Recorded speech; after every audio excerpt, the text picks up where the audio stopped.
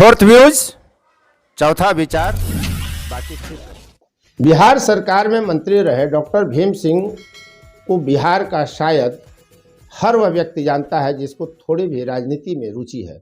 एक बड़ा नाम, प्रोफेसर रहे हैं, गरीब परिवार से आए हैं, ऐसे परिवार से जहां पढ़ने आने की क्षमता इनको नहीं थी परिवार में, और वे डॉक्टर भीम सिंह आगे बढ़ते हैं, राजनीति में सक्रिय होते हैं, एमएलए बनते हैं, एमएलसी बनते हैं, मंत्री बनते हैं। कई किताब उन्होंने लिखी। पढ़े लिखे राजनीतिज्ञ की जब सूची बनेगी तो चुनिंदा पढ़े लिखे नेताओं की सूची में डॉक्टर भीम सिंह का नाम भी शामिल किया जाना आवश्यक मजबूरी है।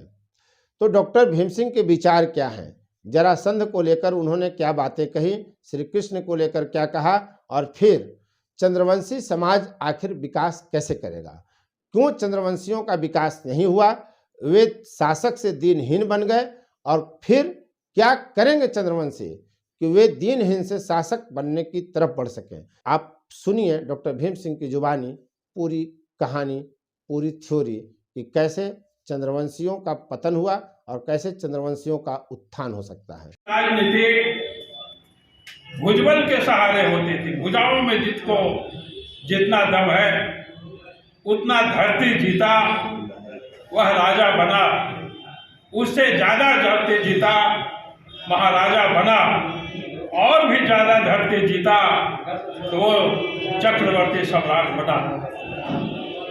महाराज जरासंध जी महाराज बड़े प्रतापी थे और वे चक्रवर्ती बनने के लिए तैयारी कर रहे थे, और उस तैयारी से घबराकर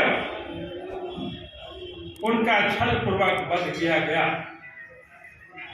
बहुत विस्तार में नहीं जाऊंगा, कई पुराणों में इनकी चर्चा है। और जिसमें महाराज जरासंध जी चक्रवर्ती सम्राट भारत भूमि का बनना चाह रहे थे, उसी समय हस्तिनापुर में इंद्रप्रस्थ में युधिष्ठिर भी चक्रवर्ती सम्राट बनना चाह रहे थे। दोनों शामिल थे, नियत एक साथ। और आप जानते हैं कि पांडवों के मुख्य सलाहकार श्री कृष्ण भगवान थे। श्री कृष्ण भगवान से जब पांडवों ने सलाह किया कि युधिष्ठिर जी राजसूय यज्ञ करना चाहते हैं।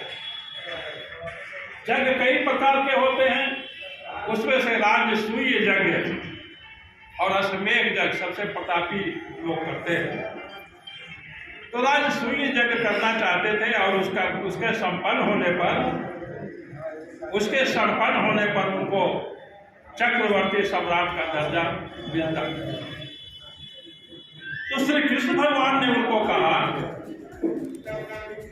कि आप जो चक्रवर्ती सम्राट बनना चाह रहे हैं तो आपके मार्ग में बाधा है। आप अन्य राजाओं को तो जीत ले सकते हैं, भीम अर्जुन आपके बड़े पराक्रमी हैं, लेकिन जो मगध के सम्राट हैं जरासंध, आप उनको नहीं जीत सकते। और प्रत्यक्ष युद्ध में तो हरगिज नहीं। और ऐसा इसलिए कह रहे थे कि श्री कृष्ण भगवान ने जबकि डॉक्टर उपेंद्र प्रसाद जी ने आपको समझाया बताया है कि वे रिश्तेदारी में तो जरासंध जी के नाती ही लगते थे, लेकिन जो दो संस्कृतियों का विवाद था, उस विवाद के कारण हुए युद्ध में श्री कृष्ण जी को कई बार पराजित होना पड़ा था जरासंध जी।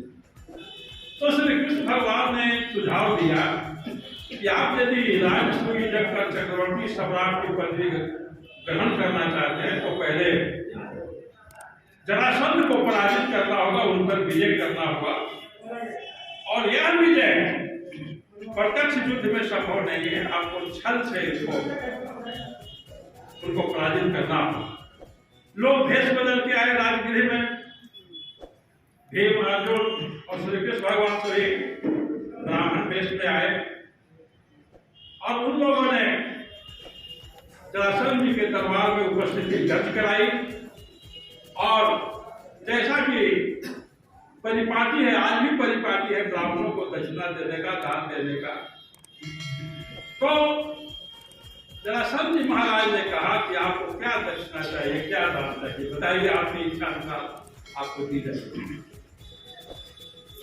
तो कृष्ण भगवान ने कहा कि हम लोग को धन संपत्ति कोई दक्षिणा नहीं चाहिए, हम लोग की इच्छा है कि आपसे मल युद्ध करें, मल युद्ध हम लोगों को दक्षिणा में मिलना चाहिए।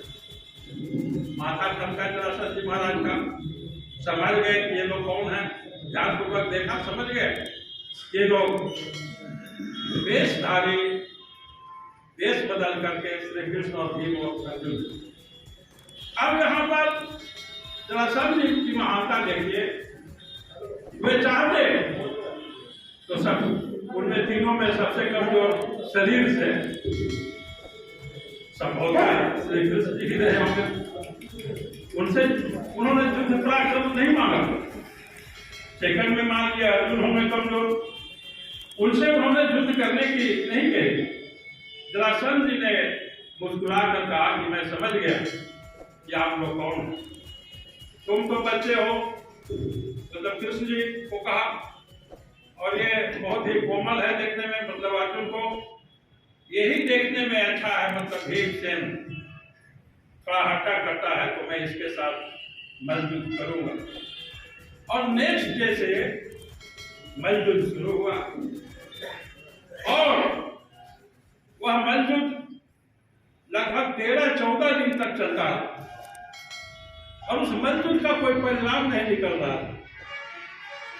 तो श्री कृष्ण भगवान ने इशारा किया, जो आप लोगों ने महाभारत में देखा है, उन्होंने एक सिख को ऐसे मार के दोनों दो दिशाओं में फेंक दिया और इस प्रकार से जरासंध जी का बंद किया। तो वे दानवीर और शक्तिशाली प्रतापी राजा थे और हम अपने को, यानी कि चंद्रवंशी समाज, अपने को उनका वंशज कहते हैं। मान्यता, अब प्रमाण कैसे दिया जाए? प्रमाण तो हम लोग अपने दादा के दादा का भी नहीं दे सकते, दादा तक तो सब लोग नाम जानता है, लेकिन यह मान्यता है। और जब कोई सूर्यवंशी हो सकता है तो सतवंशी क्यों नहीं है? तो हम हैं, यह मानता है और हम गर्व से कहते हैं कि हम उनके वंशज हैं और उनसे शिक्षा लेनी चाहिए। अब शिक्षा क्या है? शिक्षा यह है कि हम कहते हैं कि उनके वंशज हैं, हम बड़े प्रतापी थे, इस धरती के शासक वर्ग में थे, लेकिन आज हम दीनहीन अवस्था में क्यों हैं? हम लोग अपनी शक्ति को पहचानना भूल गए। मैंने कहा कि उस समय धरती पर जितना जो कब्जा किया उसके अनुसार राजा और महाराजा बना। आज विकास के कई साधन हैं, खेती किसानी है, खेती किसानी के लिए खेत चाहिए, हमारे पास खेत की कमी है, तो हम कैसे विकास करें? हम उद्योग व्यवसाय से विकास कर सकते हैं, उसके लिए पूंजी चाहिए, हमारे पास है नहीं, तो हम उसका कैसे विकास करें? तो जो शरीर से हो सकता है वह काम हम कर सकते हैं और शरीर से हो सकता है, इसके कई उदाहरण, बड़े बड़े उदाहरण हैं। डॉक्टर अम्बेडकर साहब उदाहरण हैं और कम से कम भूपेंद्र जी, इन्होंने तो कहा कि मैं इनके बारे में बहुत नहीं जानता, लेकिन ये गलत बयानी इनकी, ये पूरी बात हमारे जानते हैं, हम लोग अगल बगल गाँव में, तो पूरी बात जानते हैं कि देह के सहारे ही हम बढ़े। मैं कितना निर्धन परिवार का हूँ भी जानते हैं, ये भी मतलब मध्य किसान होंगे, लेकिन मैं तो एकदम निर्धन रहा। अगर मैं झूठ बोल रहा हूँ तो खड़ा होकर बोल, लेकिन शरीर से पढ़ाई हो सकती है, तो मैं पढ़ाई में बहुत खाली था, इनके सामने बोल रहा हूँ, तो पढ़ाई के सहारे बढ़ा और ये पढ़ाई तो सभी को सुलभ है। पहले का जमाना भले होगा कि सामंती लोग या मनुवादी लोग आपको पढ़ने नहीं देते थे और सीता डाल देते थे। अब ये नहीं है। अब अगर आप पिछड़े हुए हैं तब कौन दोषी है? इसलिए आपको खुद अपने पैरों पर खड़ा होना चाहिए। केवल दूसरे को दोष देने से ये काम नहीं चल देगा। तो शिक्षा के सहारे हम आगे विकास कर सकते हैं। और इसलिए चंद्रमसी चेतना मंच का नारा, पहला नारा यही है कि ज्ञान के लिए पढ़ो।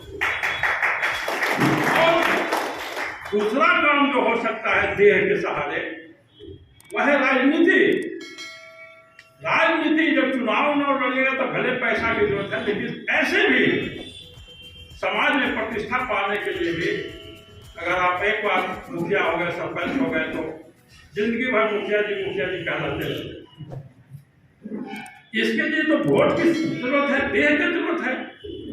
तो आप एकजुट होकर राजनीति भी कर सकते हैं। तो शरीर के सहारे पढ़ाई भी हो सकती है और शरीर के सहारे लड़ाई भी हो सकती है। तो ज्ञान के लिए पढ़ो और अधिकार के लिए लड़ो। यह मैंने चंद्रवंशी समाज के लिए नारा दिया और यह अत्यंत पिछड़ों के लिए भी यही नारा सटीक बैठा। फोर्थ व्यूज, चौथा विचार।